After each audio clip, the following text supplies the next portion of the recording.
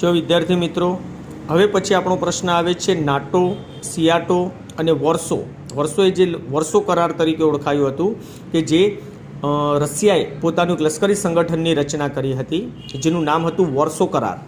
એટલે કે એ 3 લશ્કરી જૂથો વિશે આપણે માહિતી આપવાની છે, મીન્સ કે જોવાની છે.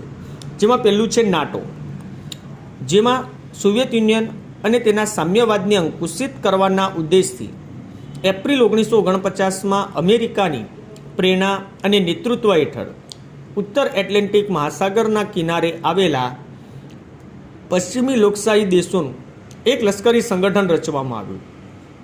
તે નાટો તરીકે, એટલે કે નોર્થ ઇસ્ટ એટલાન્ટિક ટ્રીટી ઓર્ગેનાઇઝેશનના નામે ઓળખાય છે. મિત્રો, આ ખાસ ધ્યાનમાં રાખવાનું છે કે નાટોની રચના કોણે કરી? તો અમેરિકાએ. ક્યારે કરી? તો એપ્રિલ 1949માં. અને ક્યાં કરી? તો ઉત્તર એટલાન્ટિક મહાસાગરના કિનારે આવેલા પશ્ચિમી લોકશાહી દેશોનું એક લશ્કરી સંગઠન ત્યાં રચવામાં આવ્યું. અને નાટોનું આખું નામ છે north east Atlantic treaty organisation. પછી કે છે સિયાટો.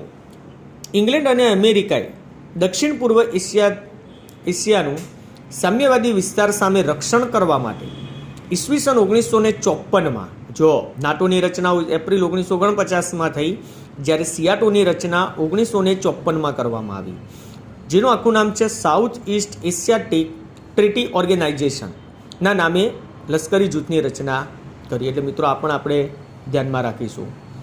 વોર્સો કરાર. અમેરિકાની પ્રેરણા અને નેતૃત્વ હેઠળ રચાયેલા નાટો અને સિયાટો લશ્કરી જૂથોના વધતા જતા પ્રભાવને અટકાવવા તેમની વિરુદ્ધમાં સોવિયત યુનિયનની નેતાગીરી નીચે યુરોપના સામ્યવાદી દેશોએ વોર્સો કરાર નામના લશ્કરી જૂથની રચના કરી. અને એ જૂથની અંદર જો કયા કયા દેશો? તો આલ્બેનિયા, બલ્ગેરિયા, જેકોસ્લોવેકિયા, પૂર્વ જર્મની, હંગેરી, પોલેન્ડ, રૂમાનિયા, રશિયા વગેરે દેશો આ લશ્કરી જૂથના સભ્યો હતા. હવે સેન્ટો.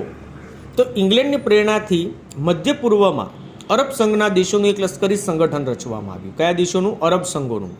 અને કેન્દ્રીય સંગઠન કરાર સેન્ટો કે સેન્ટ્રલ ઇસ્ટ નોર્થ ટ્રીટી ઓર્ગેનાઇઝેશનના નામે સંગઠન ઓળખાયું. સેન્ટોનું આખું નામ શું કહ્યું આપણને? કે central east north treaty organisation. અને આ સંગઠનનું નેતૃત્વ પછી અમેરિકાએ લીધું હતું. ત્યાર પછી કહે છે જર્મનીના ભાગલા અને એકીકરણ. દ્વિતીય વિશ્વયુદ્ધને અંતે પરાજિત જર્મનીની રાજ્ય વ્યવસ્થા, સામાજિક વ્યવસ્થા અને અર્થતંત્ર સંપૂર્ણ ભાંગી પડ્યા હતા. એ સમયે જર્મનીને ફરી બેઠું કરી શકે એવો કોઈ નેતા તેમના દેશમાં રહ્યો ન હતો. વિશ્વયુદ્ધ પૂરું થતાં જર્મનીને 4 વહીવટી વિસ્તારોમાં વહેંચી દેવામાં આવ્યું. કેટલા વિભાગોમાં? 4. જેમાં આપણને કહ્યું કે વિશ્વયુદ્ધના છેલ્લા તબક્કા દરમિયાન સોવિયત યુનિયનની લાલ સેના એટલે કે રેડ આર્મીએ જર્મનીના પૂર્વ ભાગ પર લશ્કરી કબજો જમાવ્યો. મિત્રો, આ ખાસ ધ્યાનમાં રાખવાનું કે સોવિયત યુનિયનની જે લાલ આર્મી કે લાલ સેના એટલે કે રેડ આર્મીએ જર્મનીનો જે પૂર્વ ભાગ હતો એ ભાગ પર પોતાનો લશ્કરી કબજો જમાવ્યો. તેથી પૂર્વ જર્મનીનો વહીવટ સોવિયત યુનિયનને સોંપવામાં આવ્યો. જર્મનીના નૈઋત્ય ભાગનો વહીવટ અમેરિકાને, ફ્રાન્સને નજીક આવેલા પ્રદેશનો વહીવટ ફ્રાન્સને અને નેધરલેન્ડ્સ એટલે કે હોલેન્ડ અને બેલ્જિયમને અડીને આવેલા જર્મન પ્રદેશનો વહીવટ બ્રિટનને સોંપવામાં આવ્યો. એટલે ધ્યાનમાં રાખવાનું કે અમેરિકાને નૈઋત્ય ભાગનો, જ્યારે ફ્રાન્સની નજીક આવેલા પ્રદેશનો વહીવટ ફ્રાન્સને અને નેધરલેન્ડ અને બેલ્જિયમને અડીને આવેલા જર્મન પ્રદેશનો વહીવટ બ્રિટનને સોંપવામાં આવ્યો.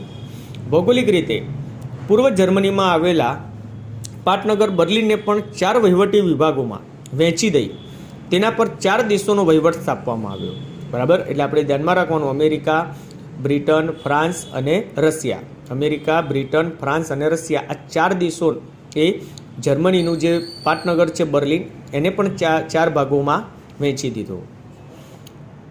અને વહીવટી એકતા માટે સંકલન સમિતિની ત્યાં રચના કરવામાં આવી.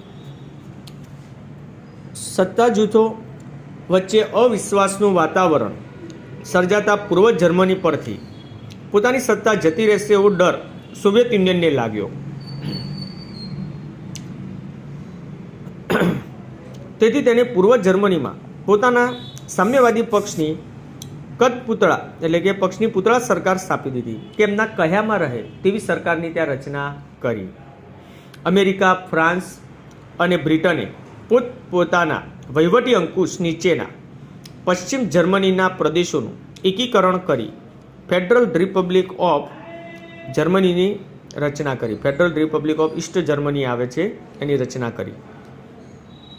પશ્ચિમ જર્મનીના 3 વિભાગોનું એકીકરણ કરવામાં આવ્યું. જે પશ્ચિમ જર્મનીના જે 3 વિભાગો હતા એ 3 વિભાગો એટલે કયા? અમેરિકા, બ્રિટન અને ફ્રાન્સ. એ 3 દેશોએ શું કર્યું? સાથે મળીને 3 વિભાગોનું એકીકરણ કર્યું. બરાબર. અને તેને બર્લિનના 3 વિભાગોને પણ એક કરવામાં આવ્યા. આ પ્રક્રિયાના વિરોધરૂપે સોવિયત યુનિયને એપ્રિલ 1948માં બર્લિનની નાકાબંધી જાહેર કરી. શું કર્યું? 1948માં બર્લિનની નાકાબંધી જાહેર કરી. અને બર્લિનની નાકાબંધી જ્યારે જાહેર થઈ ત્યાર પછીના જે પરિણામો આવ્યા કે પશ્ચિમી દેશો અને સોવિયત યુનિયન વચ્ચે ભારે તણાવ ઊભો થયો. એના કારણે શું થયું? તો પશ્ચિમી દેશો અને સોવિયત યુનિયન વચ્ચે ભારે તણાવની પરિસ્થિતિ ઊભી થઈ. આ પરિસ્થિતિમાં પશ્ચિમ બર્લિન અને પૂર્વ બર્લિનને જુદી પાડતી 42 કિલોમીટર લાંબી ઊંચી દિવાલ બનાવવામાં આવી. આ મિત્રો 1 માર્ક્સ માટે આપણે ધ્યાનમાં રાખીશું કે પૂર્વ બર્લિન અને પશ્ચિમ બર્લિનને જુદી પાડતી દિવાલ કેટલા કિલોમીટર લાંબી બનાવવામાં આવી? તો 42 કિલોમીટર લાંબી દિવાલ બનાવવામાં આવી. ઉપયુક્ત બનાવો પછીના 4-4.5 દશકાના સમયમાં વિવિધ કારણોસર ઠંડા યુદ્ધની સ્થિતિમાં પરિવર્તન આવ્યું. હવે આપણે 4-4.5 દાયકા કીધા છે, દશકા એટલે કે 40-45 વર્ષના સમયગાળામાં